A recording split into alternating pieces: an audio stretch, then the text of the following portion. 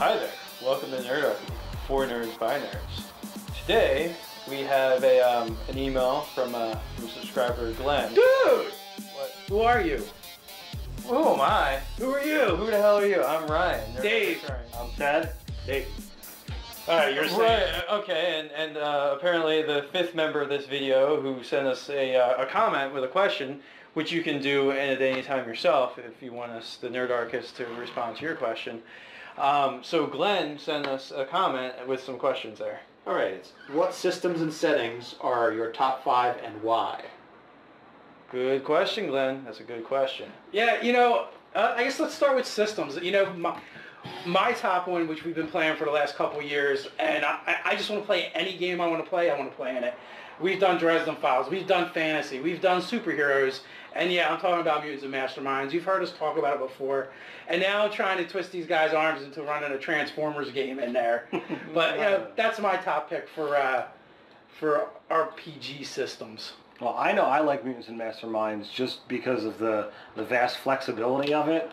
As you said, you can pretty much run anything into it, and every known superpower or thing that you want to be able to do with it, the rules really allow for that. Yeah, the only downside to that system, if you have douchey players, it's easy to break. Because when you have that much flexibility, it's unavoidable. But so Ted, we need the top 5, so we got one. All right. Well, for me, I love just the old D&D. My favorite is 3.5. You get the vast flexibility of multi-classing. You got a huge amount of races you can play, and there's a deep part inside of me that really loves grinding and power leveling. And as much as I like Mutants and Masterminds, you don't get the loot. You don't get to get that vast hoard of treasure and seriously kind of change the layout of your character with just some of the ridiculousness of the magic items that you can get. I would say that, I don't know, I don't think a good D&D game, or Pathfinder actually, because that's what we've been playing, but it's 3.75 really. Come on, let's be honest, folks. But, a good D&D game isn't grindy. Like, if I wanted a grindy game, I would play World of Warcraft or some other thing like that. But any good DM is going to get story in there as well, and I'm not going to game without there being some kind of story. But Mutants and Masterminds is great, but you get that one PowerPoint, maybe two when you level. But with every level feels pretty significant. In D&D, you make a big jump over the course of a campaign, and you really can start off as that novice character capable of doing nothing to a vastly powerful game, or a very vastly powerful character by the end of that game, and you are a significantly different character, as you've gained a couple of levels. Whereas with Mutants and Masterminds, you've got a well-established character. When Superman starts off, he's that powerful, and he might develop a little here, a little there, but he's not vastly changed by the end of it. I'd say, yeah, the experience arc, well, I mean, you can monkey around with it, but you can kind of, there's flexibility in Mutants and Mastermind with different levels of the game. Like, you can have a more street level game where it's like barely any powers whatsoever. Like, so, I mean, the GM can really put the strictures on that. True. But a thing I was going to bring up, so I love me some Pathfinder. But another game that I got the chance to play when I was in New Mexico, actually, this game, rules light RPG that's Dungeon World. Okay. So it's super reminiscent of, say, like first, second ed D&D, where everything is super rules light. Like a lot of things aren't really defined. It's very crunch light and very story driven. Your character sheet is like, it's a couple of pages, but they're really like, you have 3 different choices per character class.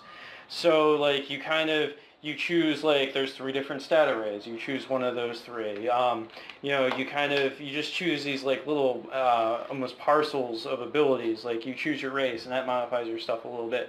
But it's nowhere near as crunch heavy as as third ed or any of the other editions have been. And it just, all the rolls, I think it was like a 2d6 system or 3d6, and you roll against certain numbers, but that's it. So it's more of a, the d20 is is pretty random spectrum, where you have a 5% chance of ultimate failure or ultimate awesomeness.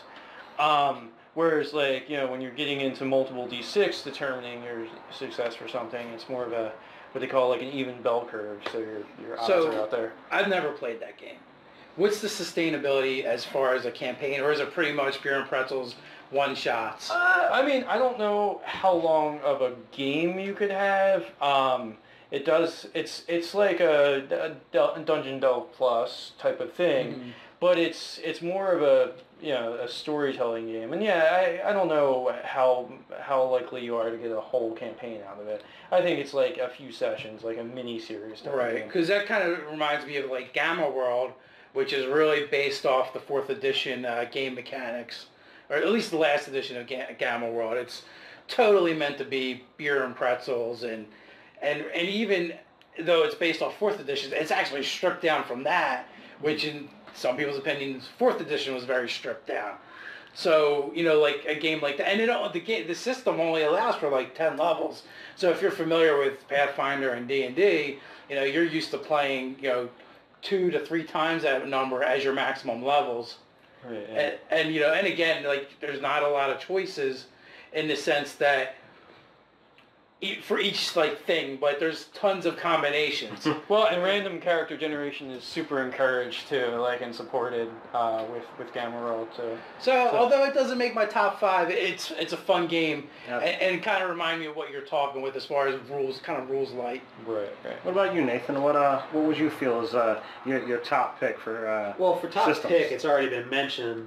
Kind of like the Mutants and Mastermind that did the. Well, I really like the D20 system, where you can kind of like add there was like an Eldritch Sorcery or whatever like that, which I thought was really cool spells, and it really added elements of battle magery and other things for spellcasters, gave them a little bit more flexibility in combat. And you could just add that to whatever you wanted to. So I like the modular nature of that D20 system, where you could just mix and match whatever you want to play with or whatever you don't want to play with. So that would be my top pick. I also really liked, well, I really like the campaign setting, and it's kind of like forces you to play in this system. But I really like Mage the Ascension, the game setting, the campaign setting. We had a little pre-discussion about this, and I didn't really like the feedback I was getting from the D10 system. For World you, of Darkness. for you guys that are out there, this group in its incarnation has tried the World of Darkness a number of times, and you know, in my personal opinion, I think the actual rules is just clunky. You know, I made a vampire assassin once, and you know, he had the 5 dots in dexterity and the 5 dots in whatever the shooting skill is, and just it should mean he's just a master assassin, that he's just great. But the likelihood of having the 10 dice, I've got more chance of having failures, or you know, the percentages come out to more failures than just straight up successes. So I was a little turned off by that. Well, you know what my problem is with World of Darkness, and I love the concept, right? But if I'm going to play the World of Darkness settings, right, I want it to feel like Underworld. Absolutely. You know, that to me, that's what it should have been. But it's like you have to play all mage, or you have to be all vampire, or all werewolf, or all exalted. Well, the systems, when they butt up against each other, it gets kind of weird. It gets broken. Unbalanced, yeah. So I got my mage, I turn into the sun, and all the vampires are dead. You know. Yes. Yeah, there is that. So that they don't. There's like a lot of cool ideas that just don't play nice together. Now I know that's going back a few editions too, because Monty Cook, I have the book. I've like read through it where it's more of a D20 system, and they do put everything back together. But it's also a little weird from what I remember, and I haven't had the opportunity actually to play in it. I haven't had an opportunity to check out the new stuff. So if there's any, so that's why I'm saying Mage the Ascension without anything else included. So if there's any World of Darkness fans out there that happen to be, you know, local in the South Jersey area, and you wanna give us a shout out and, you know, try and show us how it should be done, hey, subscribe, you know, comment below or email us.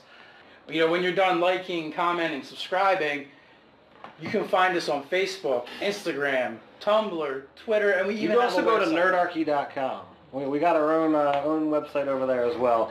Plenty of cool information. Yeah, really, if you look up Nerdarchy, there's a definition of Nerdarchy, and then there's us. Yeah, We're all over the place.